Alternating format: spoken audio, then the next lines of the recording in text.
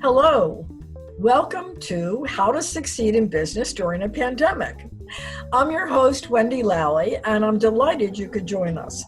This is a 15-minute show when we interview professionals, entrepreneurs, people who are maybe have made a career transition because of COVID-19 interrupting their world, and they have to start all over again. And our hope is that in interviewing people who have gone through this experience, that they can offer insights and some ideas to our listening audience, which I'm sure includes some entrepreneurs and professionals as well, that they can apply to their own lives and try and not only survive, but actually thrive during this period. In my own case, I'm a marketer. That means I help people with their marketing strategies on how to sell their business and how to attract new clients and customers. So doing this show seemed like a natural fit for me, and I'm delighted to be with you, and even more delighted to introduce our next guest, David Richmond. Dave has been through a career transition of his own that he's going to describe to you, and I'm sure that many of you will be able to identify with. And what he transitioned to was a highly successful business or career, I should say, as I want to get this right, Dave, as an independent associate of LegalShield, and he'll tell you all about that and how he came to join LegalShield. So I'm going to sit back and let Dave take over and tell us about his life. Welcome, Dave. Thanks, Wendy, for having me on the show today. I appreciate it. So I actually had a 30-year career. I was a information technology professional working in corporate America for a major drugstore chain.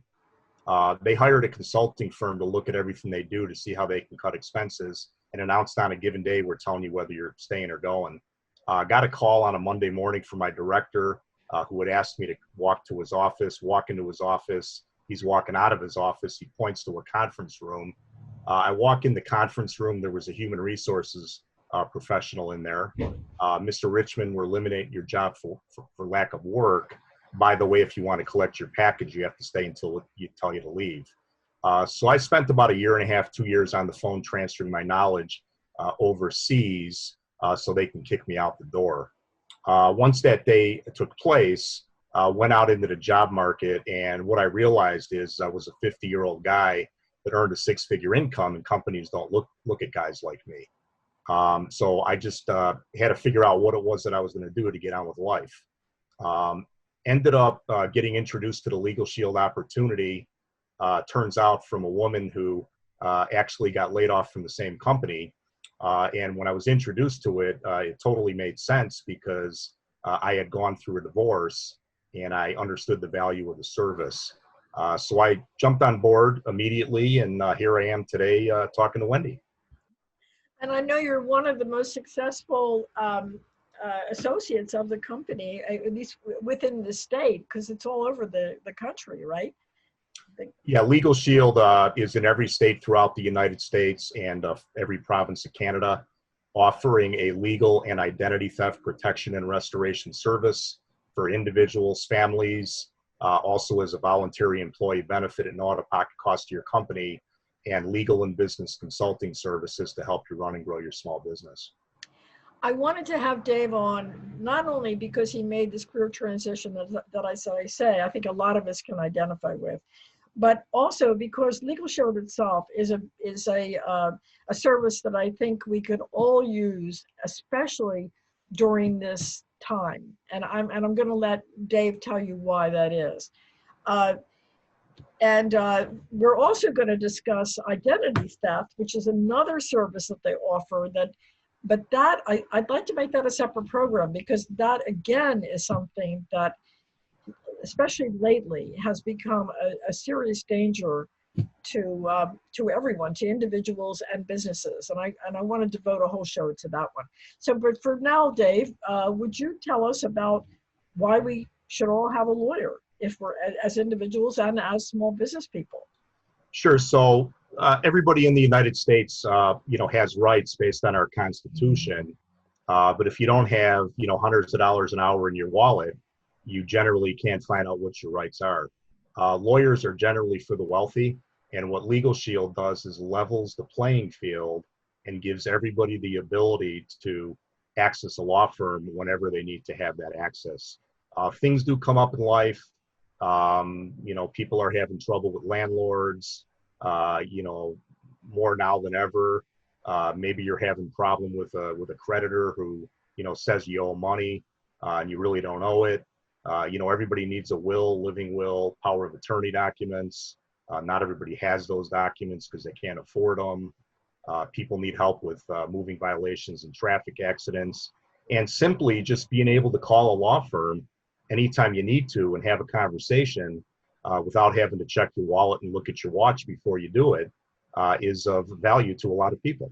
Right. I mean, today a lot of people work for corporations as you did, and they're let go, and they may have more rights as a worker than they think they have.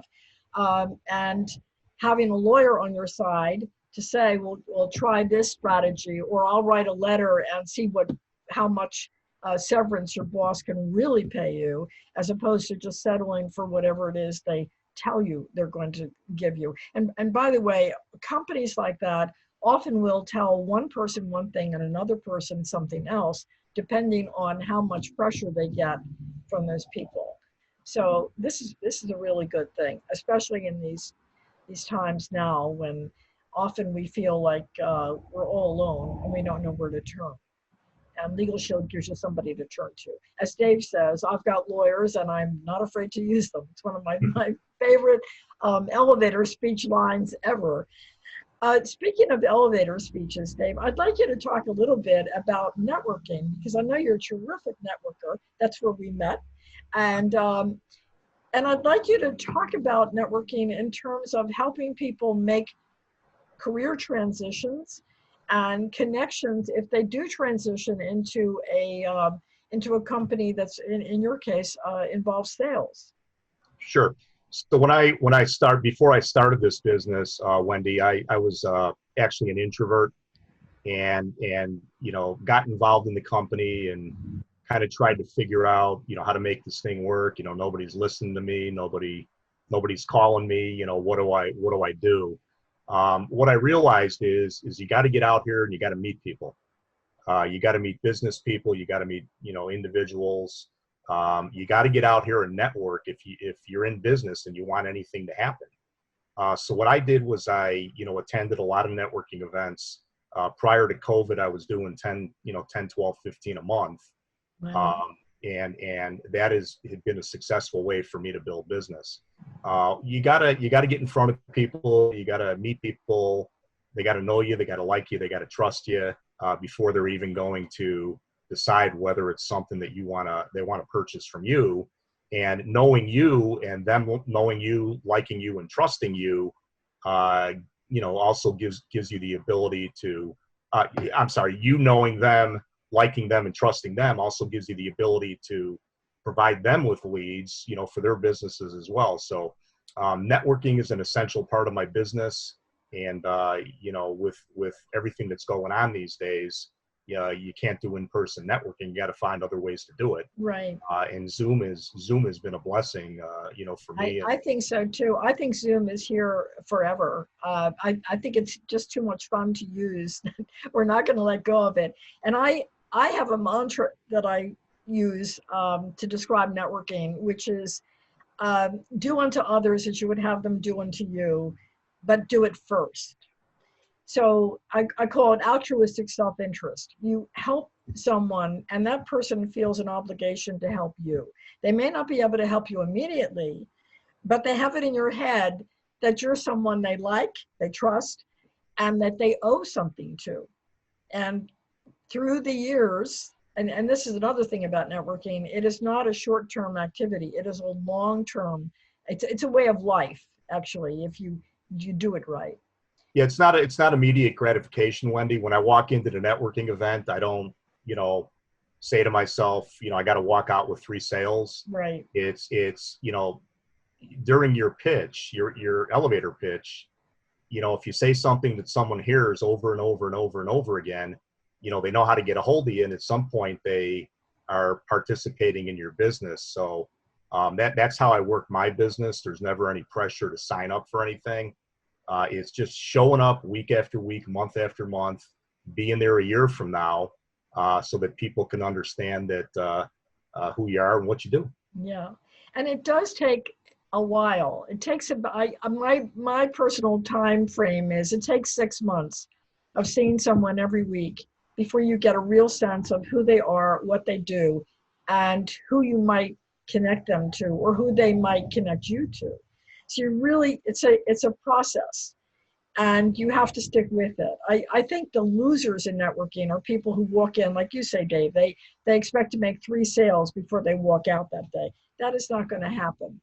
You're in the wrong place if you're doing it that way.